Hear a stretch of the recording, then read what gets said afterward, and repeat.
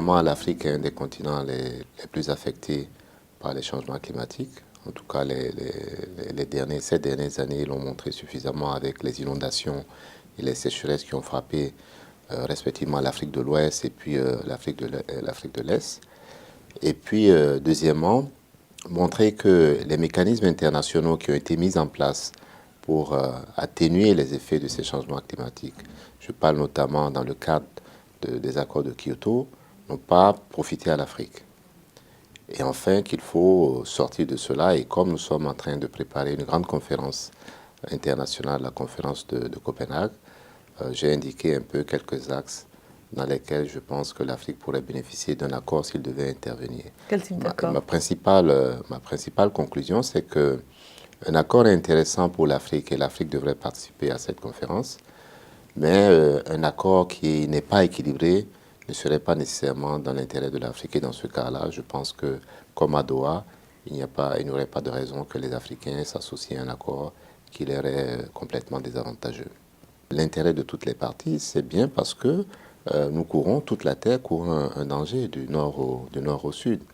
Et les conséquences de ce qui se passe dans les pays occidentaux frappent aujourd'hui les pays africains.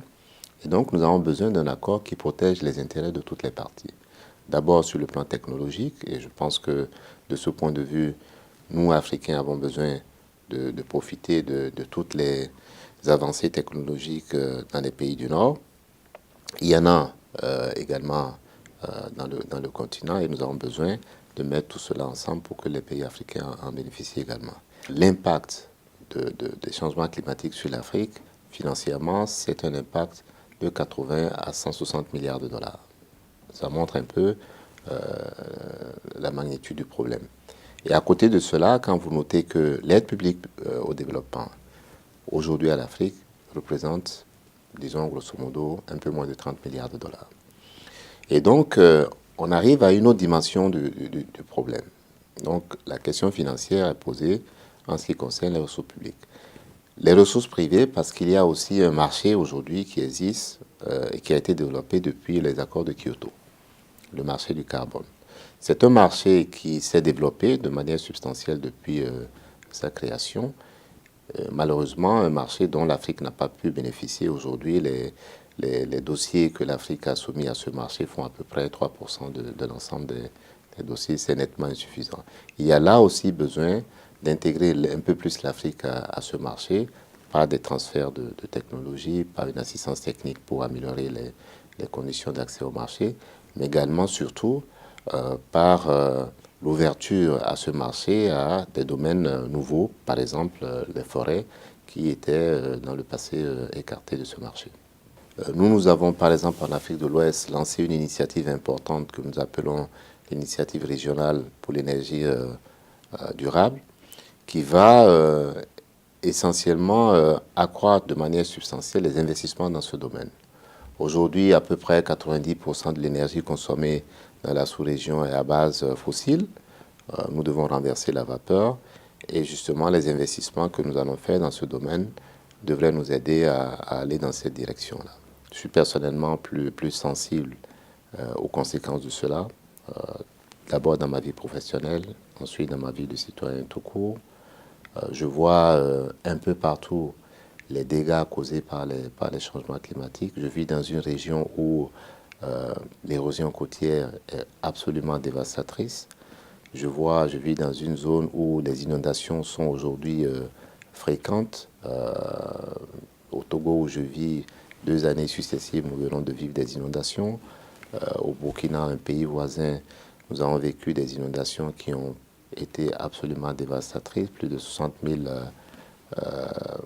habitants déplacés, de nombreuses pertes de vies humaines. Ça, vous ne pouvez pas être indifférent à ça.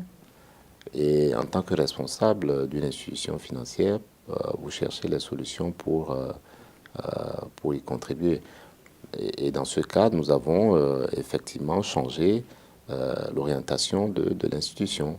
L'un des 2 piliers de la nouvelle de nouveau plan stratégique de l'institution, c'est justement le développement durable et les questions environnementales. parce que c'est désormais vital pour nos pays. Ce n'est pas ce qui se passait il y a 30, 35 ans quand l'institution a été créée.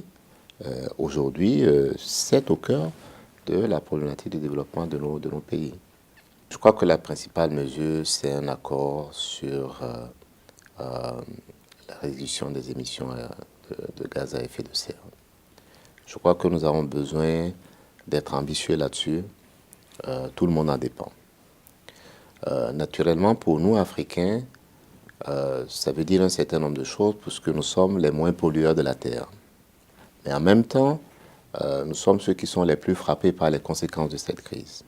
Et donc, nous avons besoin, dans ce cadre-là, d'obtenir une assurance sur les soutiens technologiques, financiers et de marché, et donc réglementaires qui permettent d'arriver à une solution.